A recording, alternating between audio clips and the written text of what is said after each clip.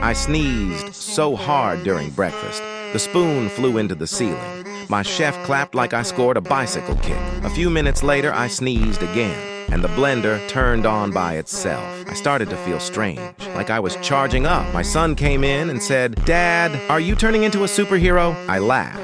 But then lightning hit the TV. Every time I sneezed, something electric happened. My agent called and asked if I'd been near any radioactive goats.